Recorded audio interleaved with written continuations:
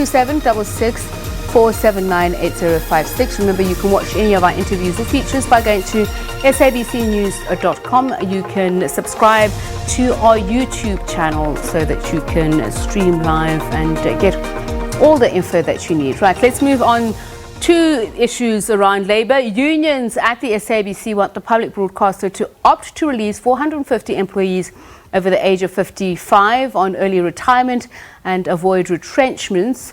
They had until Friday to make written submissions and believe that the retrenchments of 600 permanent employees are avoidable. The SABC wants to trim its workforce to about 3,050 employees and cut a salary bill. President of Broadcasting, Electronic Media and Allied Workers Union, Bemawu, Buisson, joins us now to talk about this. A very good evening to you, Mr. Buisson. Thank you so much for speaking to us. So, were these the only alternatives that you presented to the SABC?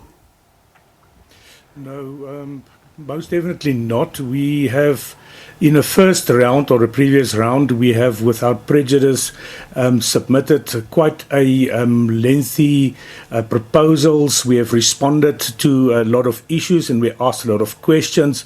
Today was another deadline that was given, and we have again today submitted quite a number of pages of different proposals. One of the proposals was that the SABC has reached its headcount reduction in terms of its corporate plan, and therefore retrenchments should not proceed. And I want to talk about the suggestion that you've made. What if people don't want to take up that offer of voluntary retirement or resign, as you said, is an option for them? You know, would it cost the SABC more or save it more money? Because I see you say it'll cost 173 million rand for voluntary packages.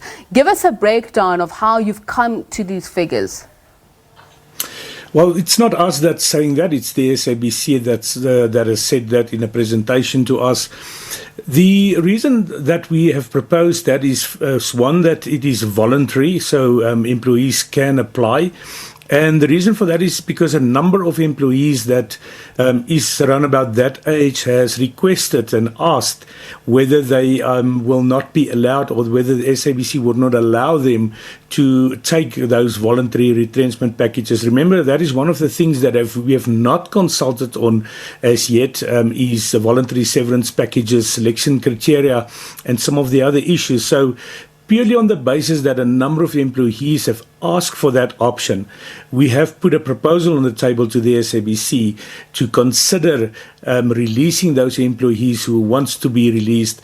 To the SABC, if it is purely a voluntary retirement that people are taking, that would not cost the SABC any money.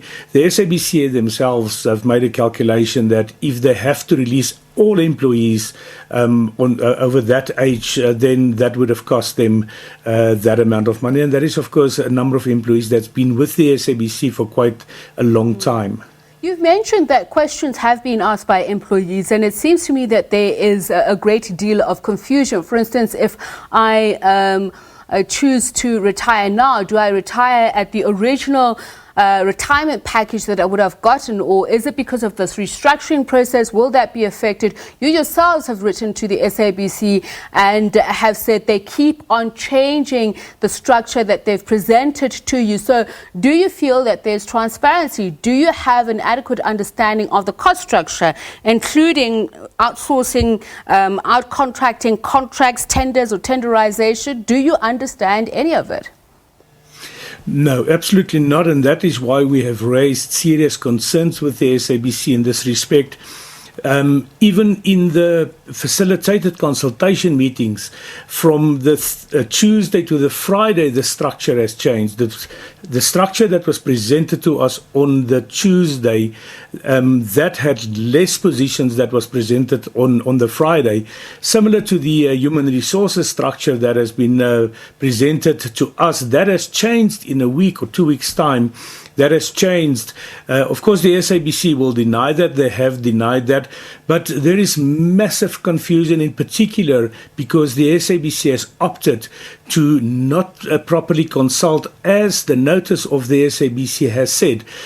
In that particular notice, which is a legal document, the SABC has said in consultation meetings under the auspices of the SABC, they will fully consult about that. We have been forced now to consult with the SABC, and when I say consult, I'm saying in inverted commas, consult with the SABC on paper, and anyone who's ever been in such a process would know that is almost impossible, because we are getting one-liner responses from the SABC, which of course is contrary to the Act, contrary to meaningful consultation. I need to ask you this question very quickly. We're running out of time. You had given the SABC until the close of business on Thursday to restate all employees that had been dismissed, including Ms. Balisa Tribisi. The SABC, through its CEO, has said that they are appealing the outcome. In a yes or no answer, can the SABC afford to appeal this? Absolutely not. All right, thank you so much for speaking to us. We will be, of course, speaking to the public broadcaster later on. Its CEO, Ian Plaatjes, to respond to what Bemawu has said, and we'll get more reaction as well.